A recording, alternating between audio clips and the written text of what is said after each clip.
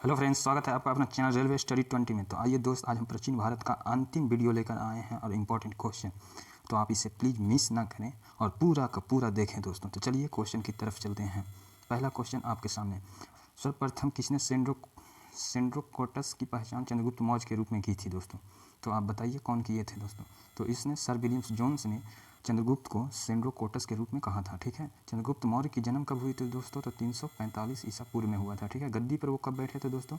तो 322 ईसा पूर्व। ठीक है, ये मौर्य वंश का संस्थापक थे दोस्तों चंद्रगुप्त मौर्य। ठीक है, अगले क्वेश्चन की तरफ चलते हैं।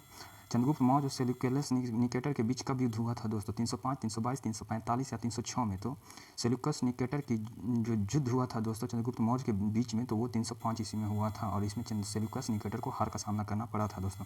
ठीक है, अगले क्वेश्चन की तरफ चलते हैं। चाणक्य के द्वारा लिखे गए पुस्तक अर्थशास्त्र में कितने खंड हैं? 12, 13, 15, 17? तो चंद्रगुप्त के अर्थशास्त्र लिखे गए थे जो कौटिल्य के द्वारा, चाणक्य के द्वारा, तो उसमें 15 खंड थे दोस्तों। ठीक है, 15 खंड थे दोस्तों। ठीक है, 7 अंग थे दोस्तों। ठीक है, 7 अंग थे दोस्तों। आगे चलते हैं क्वेश्चन की तरफ। आप देखिए, बिंदुसार को अमित्र घात का संज्ञा किसने दिया था दोस्तों? तो अमित्र घात की संज्ञा किसने दी थी दोस्तों? ईरानियों ने, सिंध ने, यूनानी ने, सिकंदर ने। तो यूनानी जो है अमित्र घात की संज्ञा दी थी बिंदुसार का। बिंदुसार अशोक के पिता थे दोस्तों। कलिंग का युद्ध अशोक द्वारा कब लड़ा गया था? 273, 261, 269, 275 ईसा पूर्व में। तो कलिंग का युद्ध 271 ईस्वी में लड़ा गया था, कलिंग का युद्ध। ठीक है दोस्तों, कलिंग का युद्ध ये फिलहाल कहाँ पड़ता है? तो उड़ीसा में पड़ता है। ठीक है, उड़ीसा में पड़ता है दोस्तों। आगे चलते हैं क्वेश्चन की तरफ। कलिंग युद्ध का वर्णन किस अभिलेख में मिलता है? तो अभिलेख नंबर 13 में कलिंग युद्ध का वर्णन मिलता है दोस्तों। ठीक है, आइए अगले क्वेश्चन की तरफ चलते हैं। अशोक के बाद उसका उत्तराधिकारी कौन बना था? कुणाल, महेंद्र, जलौर या डायमेकस? ठीक है दोस्तों, तो कुणाल जो था अशोक के बाद उसका उत्तराधिकारी बना था दोस्तों। ठीक है, अशोक के बाद उसका उत्तराधिकारी कौन बना था? कुणाल बना था। किसने शासनकाल में हुनों पर विजय पाने वाला शासक बना था? तो स्कंदगुप्त बना था दोस्तों। ठीक है, स्कंदगुप्त वंश का एक शासक था जो था इसे ठीक है दोस्तों, समुद्रगुप्त को क्या बोला जाता था? भारत का नेपोलियन ही बोला जाता था दोस्तों इसे। ठीक है, आप याद रखेंगे, क्वेश्चन बहुत ही पूछा जाता था। ठीक है, भारत का नेपोलियन किसे बोला जाता था? तो इसको अंतिम गुप्त शासक कौन था दोस्तों? तो अंतिम गुप्त का शासक कौन था? तो ये थे विष्णुगुप्त। ठीक है दोस्तों, विष्णुगुप्त थे। ठीक है, और गुप्त का मतलब वो संस्थापक कौन किया था? गुप्त वंश का नींव कौन रखा था दोस्तों? तो वो थे श्रीगुप्त। ठीक है दोस्तों, श्रीगुप्त कब रखे थे दोस्तों? तो 240 ईसा पूर्व में। ठीक है, कहाँ रखे थे? तो कौशाम्बी में, प्रयागराज के निकट ही एक जगह है कौशाम्बी, वहीं रखे थे दोस्तों। ठीक है, तो आइए चलते हैं अगले क्वेश्चन की तरफ। नालंदा विश्वविद्यालय की स्थापना किसके कार्य में हुआ था? तो नालंदा विश्वविद्यालय की स्थापना कुमारगुप्त के कारण हुआ था। नालंदा विश्वविद्यालय जो है बिहार में है। ठीक है, नालंदा जिले में पड़ता नालंदा विश्वविद्यालय। ठीक है, तो उसकी स्थापना कौन किया था दोस्तों? तो ये कुमारगुप्त किए थे। तो आइए अगले क्वेश्चन की तरफ चलते हैं। हेन सॉन्ग, यहाँ पे हेन सॉन्ग कर लीजिएगा। ठीक है, हेन सॉन्ग के शासनकाल भारत आया था। हेन सॉन्ग किसके शासनकाल में भारत आया था? तो ये हर्षवर्धन के शासनकाल में भारत आया था दोस्तों। चालुक्य वंश की राजधानी कहाँ थी दोस्तों? चालुक्य वंश की राजधानी बतापी थी। ठीक है, चालुक्य वंश की राजधानी बतापी थी। इसका संस्थापक कौन था दोस्तों? तो जयसिंह थे। ठीक है, जयसिंह थे। ठीक है, चालुक्य वंश के संस्थापक जयसिंह थे। ठीक है, बतापी बीजापुर की राजधानी थी। जो बीजापुर, ये दक्षिण भारत का एक वंश था चालुक्य। ठीक है, अब ये बीजापुर कहाँ पड़ता है दोस्तों? तो बीजापुर अब पड़ता है आपका कर्नाटक जिले में। ठीक है, कर्नाटक राज्य है जो भी है। ठीक है, आगे चलते हैं क्वेश्चन की तरफ और देखते हैं मजेदार क्वेश्चन। प्रसिद्ध गणितज्ञ आर्यभट्ट किसके समकालीन थे? अगर आप मैथ पढ़ते होंगे, मैथ के बारे में जानते होंगे, तो ये भी आपको पता होगा कि आर्यभट्ट कौन थे। ठीक है, ऐसे तो आर्यभट्ट और भी तमाम चीज़ दिए थे। ठीक है, तारों के बारे में ज्ञान दिए थे, अंतरिक्ष के बारे में भी बहुत चीज़ वर्णन किए थे। ठीक है, तो आर्यभट्ट किसके समकालीन थे दोस्तों? तो आर्यभट्ट जो थे किसके समकालीन थे आप बताइए? तो ये गुप्त वंश के समकालीन थे दोस्तों। ठीक है, आइए अगले क्वेश्चन की तरफ चलते हैं। कालिदास किसके राष्ट्रीय कवि थे और इलाज दरबारी कवि थे? तो कालिदास थे चंद्रगुप्त द्वितीय के।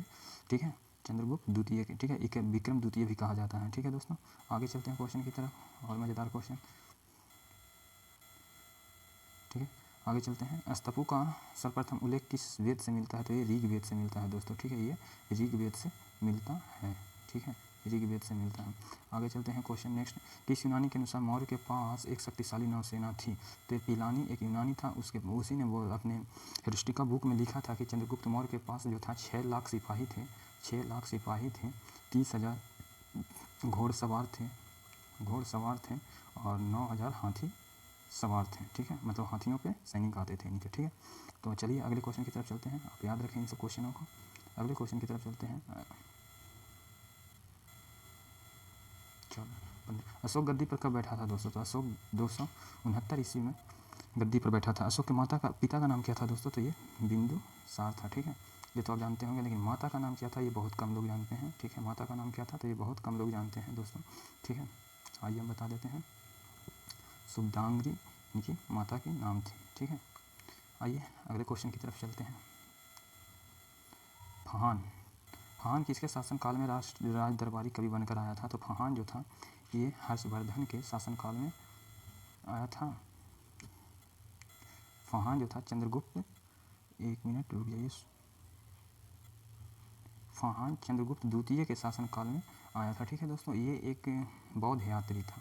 ठीक है, मुझे थोड़ा सा कन्फ्यूजन हो रही थी दोस्त हर्षवर्धन और चंद्रगुप्त द्वितीय में, लेकिन माफ करिए चंद्रगुप्त द्वितीय के शासनकाल में ये फाहान आया था। ठीक है, CU की नामक पुस्तक की रचना किसने की है? तो ये हेनसोंग ने किया है। ठीक है दोस्तों, ये किसने किया है दोस्तों? तो ये हेनसोंग ने किया है। हेनसोंग CU की, हेनसोंग कहाँ का था? एक चीनी यात्री था। ठीक है, चीनी यात्री था। अगले क्वेश्चन की तरफ चलते हैं। बेदेश्वर के मंदिर का निर्माण किसने करवाया था दोस्तों? तो ये राजा राम प्रथम ने करवाए थे। ठीक है, अगले क्वेश्चन के किस चोल शासक ने श्रीलंका पर आक्रमण किया था दोस्तों? तो ये भी राजा राम प्रथम ने ही श्रीलंका पे सबसे पहले श्रीलंका पर आक्रमण करके उसने पूरा श्रीलंका को अपने अधीन कर लिया था। ठीक है दोस्तों, मिताक्षरा किसकी ग्रंथ है? मिताक्षरा किसी ग्रंथ है? कालिदास चाणक्य विज्ञानेश्वर, तो विज्ञानेश्वर की मिताक्षरा लिखी हुई एक ग्रंथ है। ठीक है दोस्तों, सिसोदिया वंश की अपनी राजधानी कहाँ थी? सिसोदिया वंश की अपनी राजधानी चित्तौड़गढ़ थी। ठीक है, अगर कहीं पूछ दे कि मेवाड़ की राजधानी कहाँ थी तो चित्तौड़गढ़ थी। ठीक है दोस्तों, आगे चलते हैं। राज तरंगिणी की रचना किसने किया था? राज तरंगिणी की रचना कल्हण ने किया था दोस्तों। ठीक है, इसमें ज़्यादातर कश्मीर के इतिहास के बारे में वर्णन है। ठीक है, आइए आगे। पाल वंश ने अपनी राजधानी कहाँ बनाई थी? तो पाल वंश ने अपनी राजधानी बिहार के मुंगेर जिले में बनाई थी। ठीक है, पाल वंश के संस्थापक कौन थे दोस्तों? गोपाल थे।